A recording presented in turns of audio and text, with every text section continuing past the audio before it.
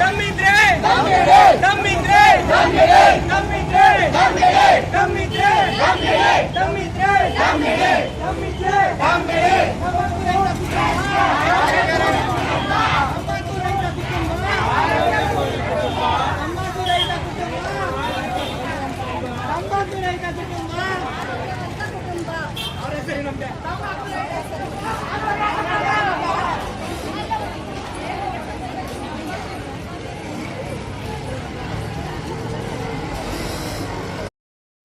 ವಿದ್ಯಾರ್ಥಿಗಳಿಗೆಲ್ಲ ಹೇಳಿದ್ರು, ವಿದ್ಯಾರ್ಥಿ ನಿಮ್ಮ ಮನೆಯಿಂದ ನೀವೇ ಕಾಫಿ ಕಪ್ಪುಗಳನ್ನು ತರಬೇಕು, ಟೀಯನ್ನ ನಾವು ಕೊಡ್ತೇವೆ.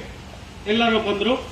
ಕೆಲವರು ಅವರವರ ಆರ್ಥಿಕ ಮಟ್ಟಕ್ಕೆ ಅನುಗುಣವಾಗಿ ಕೆಲವರು ಚಿನ್ನದ ಲೋಟ, ಬೆಳ್ಳಿ ಲೋಟ, ಗಾಜಿನ ಲೋಟ, ಕೆಲವು ಚಿನ್ನದಿಂದ ಶೃಂಗಾರ ಮಾಡಿದಂತಹ ಪಿಂಗಾಣಿ ಲೋಟಗಳು, ಕೆಲವರು ಪ್ಲಾಸ್ಟಿಕ್, ಕೆಲವರು ಸ್ಟೀಲು, ಈಗ ಅವರವರ ಯೋಗ್ಯತೆಗೆ ತಕ್ಕಂತೆ ತಂದರು. ಸೊ ಎಲ್ಲರನ್ನ ಕೂರಿಸಿ ಮಾತನಾಡಿ ನಂತರ ಕಾಫಿಯನ್ನ ಕೊಟ್ಟರು. ಎಲ್ಲರೂ ಕುಡಿದ್ರು. ಕೇಳಿದ್ರು, ಪ್ಲಾಸ್ಟಿಕ್ ಲೋಟದಲ್ಲಿ ಕುಡಿದಂತ ಕಾಫಿ ಹುಡುಗನಿಗೆ ಕೇಳಿದ್ರು, ಹೇಗಿದೆ ಕಾಫಿ? ತುಂಬಾ ಚೆನ್ನಾಗಿದೆ. ಚಿನ್ನದ ಲೋಟಿನಲ್ಲಿ ಕುಡಿದಂತ ಹುಡುಗನಿಗೆ ಹೇಗಿದೆ? ತುಂಬಾ ಚೆನ್ನಾಗಿದೆ. ಇಲ್ಲಿ ಮುಖ್ಯ ಆಗಿದ್ದು ಯಾವ್ದ್ರಿ? ಲೋಟನ ಕಾಫಿನ?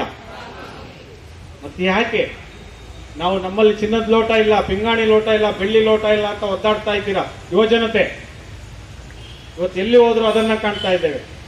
ನಮಗೆ ಜೀವನ ಮುಖ್ಯ, ಜೀವನ ಸರಳವಾಗಿ ಹೋಗ್ತಕ್ಕಂಥದ್ದು ಮುಖ್ಯ. ಸೊ ಹಾಗಾಗಿ ನಾವು ಯಾವಾಗಲೂ ಕೂಡ ಆಂತರಿಕ ಸೌಂದರ್ಯಕ್ಕೆ ಗಮನವನ್ನು ಕೊಡಬೇಕು. ಆಂತರಿಕ ಸೌಂದರ್ಯಕ್ಕೆ ಉದಾಹರಣೆಯನ್ನು ಕೊಡೋದಾದ್ರೆ ಯಾರು ಉತ್ತಮ ವ್ಯಕ್ತಿ?